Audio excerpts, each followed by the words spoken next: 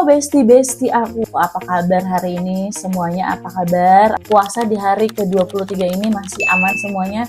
Masih oke semuanya ya? Gimana, udah baju lebaran udah aman? Baju lebaran yang lagi hits tahun ini tuh baju lebaran, baju kesayangan mertua ya kalau nggak salah. Gue juga nggak tahu sih pastinya itu yang lagi tren abad ini, tren tahun ini baju lebarannya apa, nggak tahu banget. Semua THR aman, udah pada cair belum THR? Yang pulang kampung udah dapet tiket belum semuanya? Aduh, gue tuh kalau di bulan puasa ya, di bulan Ramadan mendekati lebaran tuh gue paling seneng banget nonton berita. Gue paling seneng banget nonton berita karena gue bisa ngelihat aktivitas mudik, orang-orang mudik, Jakarta lengang gitu. Yang mudik dari naik pesawat, naik bus, kereta api, itu kayaknya vibes-nya tuh ngangenin banget. Terus yang belum lagi yang macet-macetan di tol, juara banget kalian yang setiap tahun itu semarak banget, excited banget buat pulang kampung mengunjungi keluarga. Semua itu the best banget, top banget, karena jujur gue sendiri cuma bisa nonton berita-berita pulang kampung di TV karena gue sendiri nggak punya kampung guys. Gue nggak punya kampung, jadi gue nggak pernah pulang kampung. Jadi kalau ngelihat berita-berita di TV lagi pulang kampung, mudik lebaran atau arus mudik, arus balik, itu gue selalu nonton dan gue happy banget namanya, kayak ikut ngerasain happy-nya kalian pulang ke kampung halaman. Oke, jadi nobar kobar episode ini kita jauh-jauh, kita mau ngebahas suasana ngabuburitnya anak 90-an. Jadi ini kita mau nonton berita di portal berita tahun 90-an. Ini pastinya sekitar tahun 90 atau 91 ya. Tahun 90 atau 91, teman-teman milenial udah pada lahir atau belum. Jadi ini berita yang mau kita tonton itu adalah buletin siang RCTI di tahun di tahun 90 atau 91 lah. Pokoknya intinya di 90-an awal ini beritanya ya. Jadi kita mau nonton sama-sama suasana ngabuburit tahun 90-an di RCTI Buletin Siang. Yuk kita nonton. Ngapain aja sih anak-anak milenial pada saat itu tuh kalau ngabuburit? Nonton. Ngabuburit suatu istilah bagi masyarakat Sunda dalam mengisi waktu luang sore hari. Dalam bulan Ramadan ini, ngabuburit menjadi aksi menjelang buka puasa. Misalnya berkumpul-kumpul di alun-alun sambil bermain. Gua mau komenin dulu pertama nih. Dana Iswara, pembawa acara Buletin Siang. Wah, itu legend banget.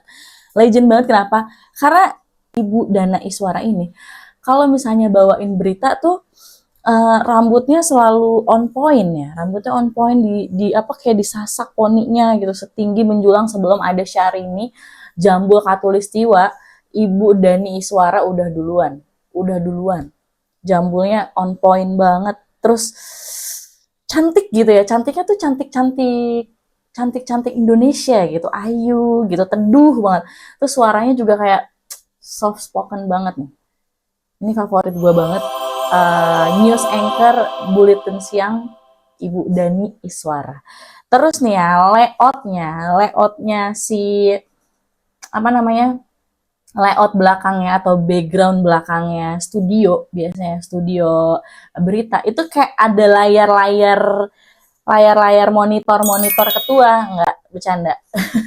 Ada layar monitor gitu yang dulu tuh waktu gue kecil nontonnya, gue kayak itu monitor apa sih, sibuk banget gitu, monitornya di belakang sibuk. Nah kalau zaman sekarang kan si background belakang news anchornya atau pembawa acaranya tuh kayak gedung-gedung tingkat gitu, atau apa sih, kayak screen besar gitu yang bisa nge-slide cuaca gitu yang langsung gitu. Kalau zaman dulu tuh literally monitor ketua tuh belakangnya sibuk banget, monitornya kayak ruang kerja timnya gitu yang di belakangnya. Gue kadang kayak lagi nonton suka kepo, itu di belakangnya daripada kerjanya ngapain ya, ngeliatin monitor gitu. Lanjut, kita nonton lagi. Tradisi ngabuburit seperti yang dilakukan warga kota Tasikmalaya ini sudah berjalan puluhan tahun. Banyak anak-anak menikmati sosialisasi semacam ini dengan cara yang hampir sama setelah mereka lelah bermain, bernyanyi, ataupun berolahraga. Oke, ini adalah kegiatan anak-anak milenial lagi ngabuburit tahun 90-an. Nah itu gue pertama bingung deh. Jujur, gue nggak tahu ini di di apa di aktivitas ini nih. Ini apa sih? Mainan apa sih? Coba ada yang tahu nggak? Ini mainan apa ya? Ini mainan apa? Kayak kotak-kotak gitu, kayak apa ya? Kayak bambu atau apa ya? Kandang burung kah atau apa? Ini gue nggak tahu nih. Ini mainan apa? Coba kalau misalnya ada yang tahu ini mainan apa, boleh kasih tahu gue ya. Karena jujur gue juga nggak tahu ini mainannya apa. Ya, boleh kasih tahu gue ini mainan apa? Apakah ini sejenis layangan atau ini sejenis gundu gitu, nggak ngerti. Coba kasih tahu. Cowok-cowok nih biasanya yang main. Lanjut. ataupun berolahraga. Mereka kemudian berbelanja makanan ringan untuk berbuka puasa. Nah, ini salah satu juga makanan zaman sekarang, cilok kali ya disebutnya ya. Mirip cilok nih. Aci dicolok yang direbus tapi bukan yang digoreng. Kalau digoreng tuh cimol nggak sih? Kalau direbus cilok. Gue suka beli. Gue suka beli. Cuman kalau zaman sekarang itu bumbunya udah mulai bumbu kacang. Kayak kalau yang ini bumbunya bumbu saus. Tapi enak, enak. Ini kayaknya cilok. Cilok udah ada berarti. Dari zaman dulu berarti cilok udah ada. Karena itu enak banget. The best, murah lagi. Karena udah ada ya, dari tahun 90-an, 90 awal, cilok itu udah ada, bes. Udah masuk perut kita, udah jajan kita cilok. Lanjut. Buka puasa. Menjelang azan maghrib, banyak Nah, ini yang di ember ibu ini gue nggak tahu apa nih. Rujak kah? Apa ya, penasaran ya, cincau kali ya. Cincau nggak sih? Yang ijo-ijo itu loh.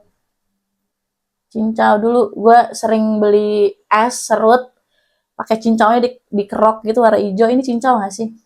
Aduh, ya Allah, enak banget ya, aus deh gue. Lanjut. mereka menggunakan waktunya dengan membaca buku sewaan seharga 50-100 rupiah. Beberapa buku komik yang sedang trendy dari ibu kota banyak juga ditemui di sini seperti Candy Candy atau Doraemon. Majalah anak-anak atau komik Hans Christian Andersen ataupun buku silat Jepang dan silat tanah air termasuk buku yang dibaca oleh anak-anak itu. Kebanyakan buku persilatan itu, buku persilatan cergam itu. Sumpah, ini gue kangen banget. Maksudnya anak-anak 90-an tuh eh, pasti rata-rata hobinya itu kalau nggak ngebaca, dia nulis. Karena emang nggak ada mainan lagi kan. Kita zaman dulu tuh buat membunuh kebetean kita, kebosanan kita tuh biasanya anak-anak kalau nggak ngegambar, nulis, baca gitu. Nah, ini ngabuburit zaman dulu itu baca buku tuh kayak wah, memorable banget. Dan komik-komiknya itu yang disebutin tadi, komik-komiknya yang disewain tadi, itu bener-bener komik-komik yang menemani masa kecil kita, komik-komik yang menemani masa-masa emas kita, besti. Ya Allah, sumpah deh, ini gue kok sedih ya nontonnya. Maksudnya kayak waktu cepet banget berlalu gitu. Waktu cepet banget berlalu, kita nggak kerasa udah ngelewatin itu semua gitu. Dan ini teman-teman semua, adik-adik, kakak-kakak, mbah-mbah mungkin ya, kakak-kakak gitu yang ada di video ini, yang lagi pada berbondong-bondong mau pinjem buku. Semoga sehat-sehat selalu ya sekarang dimanapun kalian berada. Gue kangen banget deh. Lanjut. Tradisi ini juga dimanfaatkan oleh orang-orang dewasa untuk menyewakan mainan elektronik semacam game watch, serta para penjual makanan ringan tradisional sampai makanan berplastik hasil industri, serta penjual cenderamata. Gamebot.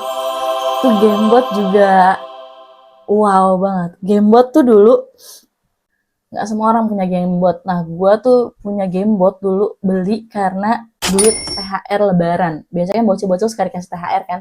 Nah, gue punya Gamebot itu gara-gara duit THR. Jadi nungguin lebaran dulu, habis itu duit lebarannya tuh kita beliin mainan si Gamebot ini. Nah, waktu belum punya Gamebot biasanya jadi ada yang sewa-sewain Gamebot. Gue lupa tarifnya berapa, tapi intinya itu disewain. Atau ada tukang mainan juga yang pemasarannya itu, pemasaran makanannya. Jadi dia jual makanan, sambil kita nunggu dibuatin makannya sama si abangnya ini, kita boleh main gamebot nih. Kalau lo beli makanan gua, lo bisa main gamebot sambil nungguin abangnya masak makanannya sampai selesai. Nanti kalau udah selesai tuh, gamebotnya ditarik sama abangnya, pakai tali gitu kan. Misalnya, udah matang nih makanan lo, udah selesai nih, udah selesai main gamebotnya nih makanannya gitu. Itu kalian ngalamin gak sih? Lanjut ya. Tradisi ini juga diikuti oleh para orang tua sambil mengasuh putra-putri mereka. Anak-anak itu mereka biarkan berjalan-jalan di putaran berbatu untuk kesehatan yang dibuat 2 tahun lalu di sekitar kompleks olahraga Lapang Dadaha, Tasikmalaya. Ada juga di antara anak-anak itu yang naik delman sewaan dengan membayar ongkos 200 atau 300 rupiah per orang untuk sekali jalan. Memang satu hal yang sangat bergembira sekali bagi masyarakat Tasikmalaya, khususnya Kotip Tasikmalaya, bahwa pada tiap tahun dengan Delman sewain 200 atau 300 rupiah per orang. Itu kalau sekarang mungkin setara 20.000 kali ya, 20 sampai 30.000 per orang. Lumayan mahal ya. Lumayan mahal nih. Tapi kalau zaman sekarang tuh sewa delman berapa ya? Kayak 50.000 nggak sih satu delman? Satu delman 50.000 terus boleh naik berapa orang gitu. Kayaknya iya deh. Segitu. Nggak tau deh, 200 sampai 300 rupiah tuh kursnya kalau zaman sekarang berapa? Nggak tau, males mikir ya. Kalian tulis aja di kolom komentar kalau kalian tahu. Yang pasti harga segitu kita udah bisa naik delman tuh tahun 91. Menarik. Seru banget ya. Di Tasikmalaya ngabuburitnya seru banget. Lanjut. Pemda Tasikmalaya telah menyediakan 3 lokasi untuk ngabuburit. Pertama di lapangan olahraga Dadaha, atau di Taman Bunga depan Pendopo Kabupaten, atau di Taman depan Masjid Agung Tasikmalaya yang lebih dikenal dengan nama Kaum. Dari proses sosialisasi dan ekonomi ini diperkirakan beredar uang sebesar 5 juta rupiah setiap harinya. Demikian koresponden RCTI. Perputarannya sekitar 5 juta per hari. Ngabuburit di Tasikmalaya ini. Wah, seru banget ya. Aduh, ini bener-bener ya berita. Ternyata ini berita tahun 91. Anak-anak milenial yang ngabisin waktu buat ngabuburitnya itu buat baca buku, hangout, jalan-jalan, ya kan. Kalau sekarang kayak ngabuburit nge-scroll HP aja, nonton YouTube, nonton nobar-kobar, ya kan. Sumpah, gue selalu kangen, gak pernah berubah perasaannya, selalu kangen kalau tiap nonton tayangan-tayangan nostalgia, tayangan-tayangan zaman dulu. Aduh, kenapa ya gue gak bisa move on? Lebih ke gak bisa move on sih, lebih ke karena itu adalah era keemasan di memori anak-anak kali ya. Jadi buat gue memori itu tuh indah banget buat diinget. Love banget nih suasana ngabuburit tahun 91 di Tasikmalaya. Oke, segitu dulu episode hari ini yang mau kita bahas tentang berita tadi dari buletin siangnya RCTI di tahun 91, kegiatan suasana ngabuburit anak milenial ya. Kalau sekarang gue tambahinnya anak milenial. Kalau zaman dulu mah beritanya cuman suasana ngabuburit tahun 91 ya. Kayak gitu ternyata aktivitasnya kurang lebih kayak kita sama ya. Semua ngabisin waktunya baca komik, baca buku, mainan gitu. Main di luar segala macam buat nungguin berbuka puasa. Next di episode berikutnya kita mau bahas apa lagi? Kalian kalau ada yang punya ide boleh komen aja di kolom komentar ya. Di kolom komentar Nobar Kobar. Kita nonton bareng, kita komenin bareng videonya. Jadi segitu dulu untuk episode hari ini. Terima kasih semuanya udah support channel ini. See you next video. Bye-bye.